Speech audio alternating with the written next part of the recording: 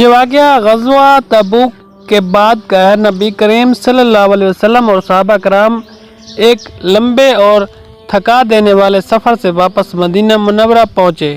گرمی سخت تھی، سامان کم تھا اور راستہ دشوار۔ ہر وہ شخص جس کے اندر ایمان اور ہمت تھی وہ رسول صلی اللہ علیہ وسلم کے ساتھ روانہ ہوا، لیکن کچھ لوگ پیچھے رہ گئے۔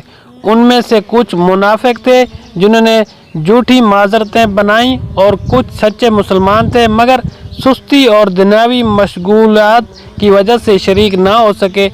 ان میں ایک صحابی تھے حضرت کعب بن مالک۔ حضرت کعب بن بڑے شاعر اور بہادر صحابی تھے۔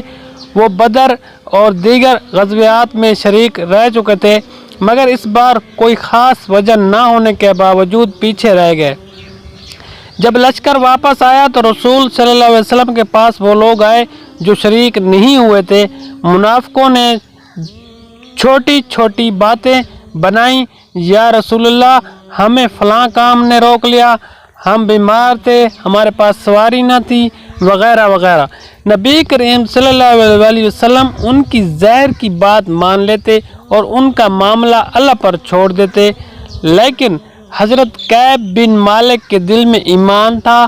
وہ جانتے تھے کہ اگر جھوٹ بولیں گے تو وقتی طور پر تو بچ جائیں گے مگر اللہ کے ہاں جھوٹ نہیں چل سکتا۔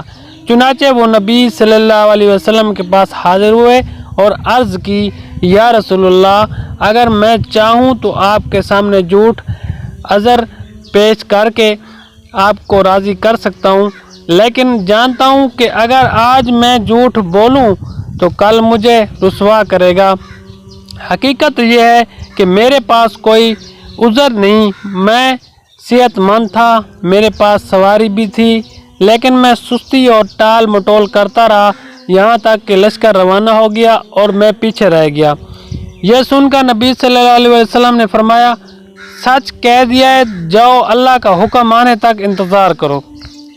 یہی حال دو اور صحابہ کا بھی تھا جنہوں نے سچائی اختیار کی۔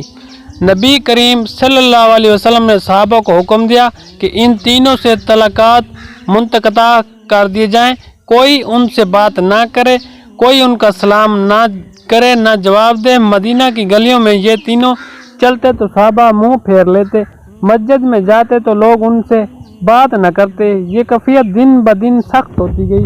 40 دن گزر گئے، اس کے بعد حکم آیا کہ اپنی بیویوں سے بھی الگ ہو جاؤ۔ اب تو صبر کا امتحان اور بھی بڑھ گیا۔ حضرت کعب کی بیوی نے بھی گھر چھوڑ دیا۔ ایک دن کعب پہاڑ کی چوٹی پر چڑھ گئے۔ دل میں خیال آیا کہ اگر میں منافقین کی طرح جھوٹ بول دیتا تو آج یہ سب نہ سہنا پڑتا، لیکن فوراً ضمیر نے کہا، نہیں، اللہ کے لیے سچ بولنا ہی اصل کامیابی ہے۔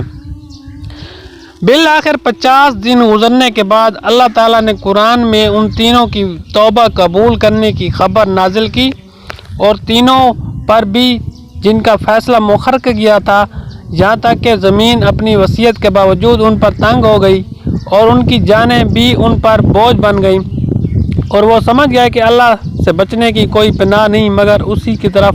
پھر اللہ نے ان پر اپنی مہربانی کی تاکہ وہ توبہ کریں، بے شک اللہ بڑا توبہ قبول کرنے والا ہے۔ جب یہ آیت نازل ہوئی تو رسول صلی اللہ علیہ وسلم نے خوشخبری دی، پورا مدینہ خوشی سے گونج اٹھا۔ لوگ دوڑتے ہوئے حضرت کعب کو بشارت دیتے پہنچے۔ کعب نے فوراً مسجد کی طرف رخ کیا اور نبی صلی اللہ علیہ وسلم کے قدموں میں گر گئے۔ انہوں نے کہا، یا رسول اللہ میری توبہ یہ ہے کہ اب زندگی بھر سچائی ہی اختیار کروں گا، چاہے حالات جیسے بھی ہوں۔